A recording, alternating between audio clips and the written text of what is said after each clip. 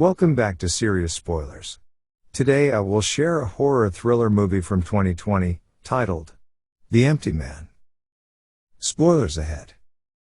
Watch and enjoy. Ura Valley, Bhutan, 1995. Four friends, Greg, Paul, Fiona, and Ruthie, are hiking on a mountain to reach a spot they have been searching for a while. A text reading day 1 appears.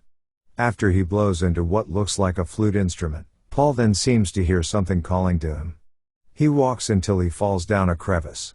Greg goes in to rescue him and finds Paul sitting down facing a bizarre-looking skeleton while muttering something to himself. The skeleton appears to move slightly, but Greg gets Paul out in time. The friends carry Paul out and spot a nearby house with nobody in it, so they stay there for now.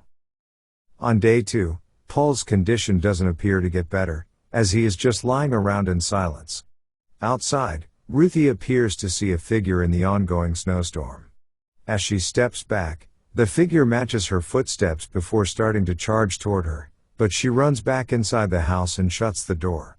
When she hears pounding outside, she continues to block the door until she hears Greg and Fiona. Ruthie asks them if they heard or saw anyone outside, but they deny it. As Ruthie is sleeping later, it appears as though Paul is whispering something in her ear. Day 3, Greg, Fiona, and Ruthie bring Paul with them as they continue their hike in the area. Ruthie appears dazed until she takes out a knife and stabs Greg and Fiona, throwing their bodies over the edge of the cliff before she throws herself off, leaving Paul by himself while he simply blows into the flute instrument.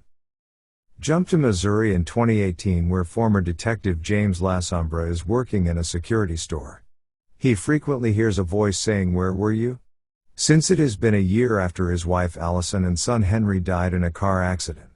He frequently looks out for teenager Amanda Quayle, as he is friends with her mother Nora.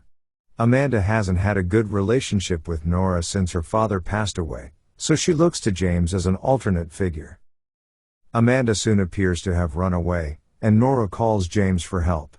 They find a message on her mirror written in blood, "The empty man made me do it." After official detectives take on the case, James decides to do a little investigation of his own. James visits the high school to find Amanda's friend Devera Walsh. She sits in his car and tells her about a couple nights ago when she and Amanda, plus friends Brandon, Julianne, Meyer, Lisa, and Duncan, were walking across the nearby bridge where Amanda decided to summon the empty man, an urban legend that takes 3 days to appear. On the first day, those who summon him will hear him calling to them. On the second day, he makes his presence known to them. On the third day, he finds them.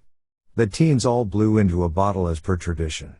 Devera also remembers seeing Amanda whispering in Brandon's ear, similar to how Paul whispered to Ruthie. Devera thinks she sees the empty man in the woods before she leaves James's car. Later that night, James goes by the bridge to continue looking into Amanda's disappearance. He finds the bottle that they were using and he blows into it. James then walks down a ladder that leads underneath the bridge where he comes across the hanged corpses of Brandon, Julianne, Meyer, Lisa, and Duncan. The same message from Amanda's mirror is also written. Meanwhile, Devera enters a spa, and when it is foggy enough, the empty man attacks, stabbing her with a pair of scissors but making it look like she was stabbing herself. It is officially ruled as a suicide, but James finds the circumstances too unnatural to be believable. It is now day 1 for James. He looks further into the origin of the empty man. He reads into a cult called the Pontifex Institute that has beliefs originating from places like Bhutan, which would explain how the four friends came across empty man there. James goes to the Institute's location, where leader Arthur Parsons speaks before a whole crowd.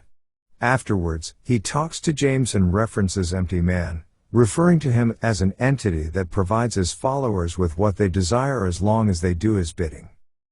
Day 2, James starts following people associated with the Institute. He is led to a hospital where an older Paul is sitting in a vegetative state, but the people entering his room appear to be bowing and chanting something to him. The other detectives chastise James for getting involved in the case when he is retired. He later visits Nora, who is still worried about her daughter. James asks her if Amanda knew about the two of them apparently being together, but Nora says no. James is led into the woods where he finds what looks like the entire cult hooded like empty man, stepping toward him closer and closer before they chase him. James runs to his car and escapes from the cult. On day 3, James finds Amanda, who is acting under the influence of the cult, an empty man. She explains to James that an empty man with nothing to lose or gain is the perfect vessel to project empty man's messages. She starts repeating "Where were you?" to James, as he is forced to relive the trauma that has been haunting him. On the night that Allison and Henry were killed, he was engaging in an affair with Nora. He has since blamed himself for not being there to have prevented it.